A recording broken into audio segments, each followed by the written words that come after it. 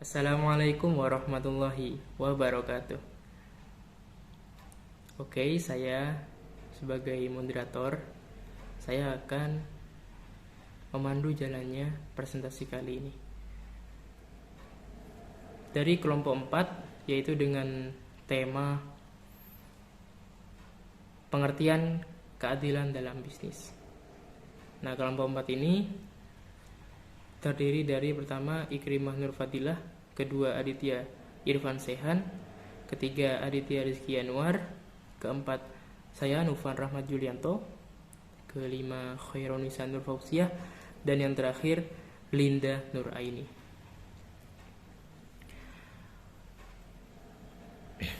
Yang pertama adalah pengertian keadilan dalam bisnis. Keadilan menurut Aristoteles adalah kelayakan dalam tindakan manusia.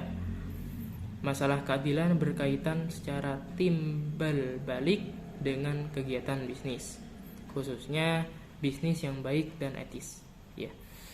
Kemudian, keadilan dalam bisnis bisa mencangkup transaksi yang baik dan benar.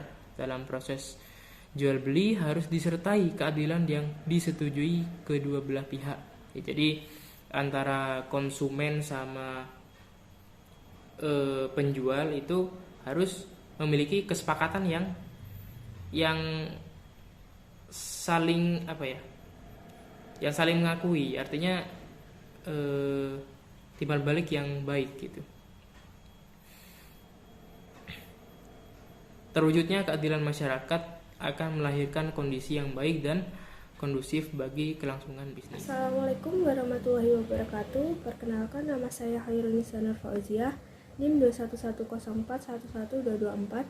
Di sini saya akan melanjutkan materi mengenai Aristoteles membagikan keadilan menjadi 3 bagian, yakni yang pertama ada keadilan legal ataupun keadilan hukum, yang kedua keadilan komutatif, yang ketiga adalah keadilan distributif. Nah, hukum sendiri adalah keadilan antar warga negara ke negaranya, di mana warga negara harus menunaikan kewajiban menjaga keadilan pada negaranya. Pada intinya, semua orang atau kelompok masyarakat diperlakukan secara sama oleh negara di hadapan dan berdasarkan hukum yang berlaku. Keadilan legal lebih menyangkut hubungan vertikal warga negaranya. Dan terima kasih. Selanjutnya ada keadilan komunitatif, adalah perlakuan terhadap seseorang dan tidak melihat jasa-jasa yang dilakukan. Keadilan komunitatif menyangkut hubungan horizontal antara warga negara satu dengan warga negara yang lain. Contoh keadilan komunitatif ialah memperlakukan setiap warga negara secara adil, tidak hanya mendapat haknya namun juga harus menerima sanksi atau hukuman ketika melanggar suatu kesalahan. Contohnya anggota DPR yang korupsi harus dihukum sesuai peraturan yang berlaku tanpa memandang jabatannya. Keadilan distributif. Keadilan distributif adalah keadilan yang menuntut setiap pihak mendapatkan apa yang menjadi haknya secara proporsional. Keadilan distributif meyakini jika konsep adil akan terjadi apabila tiap pihak secara sama rata mendapatkan haknya. Keadilan distributif bersangkut paut dengan pembagian kekayaan ekonomi termasuk hasil-hasil pembangunan. Contoh keadilan distributif bisa dilihat dari konteks hubungan negara dengan masyarakatnya. Negara harus memberikan apa yang menjadi hak warga negaranya, seperti perlindungan, rasa aman serta nyaman, fasilitas, dan lain sebagainya.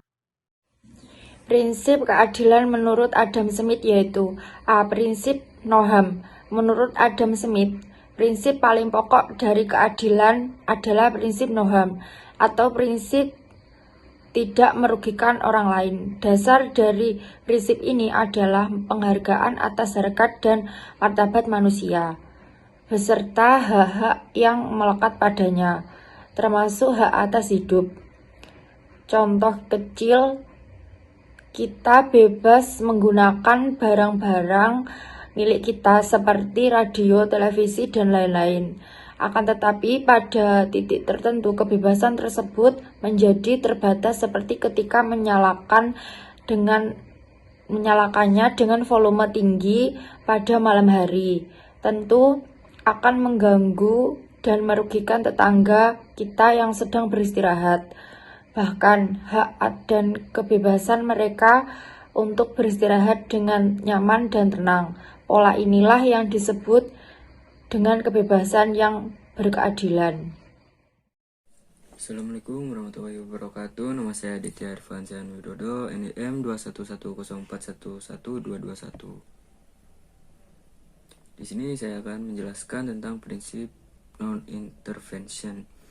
Prinsip tidak ikut campur tangan yang menuntut agar jaminan dan penghargaan atas hak dan kepentingan setiap orang.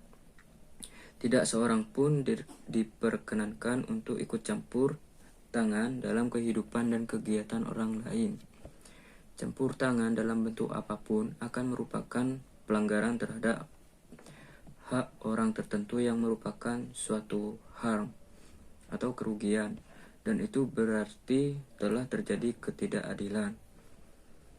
Dalam bidang ekonomi, campur tangan pemerintah dalam urusan bisnis setiap warga negara tanpa alasan yang sah akan dianggap sebagai tindakan tidak adil dan merupakan pelanggaran atas hak individu, khususnya hak atas kebebasan.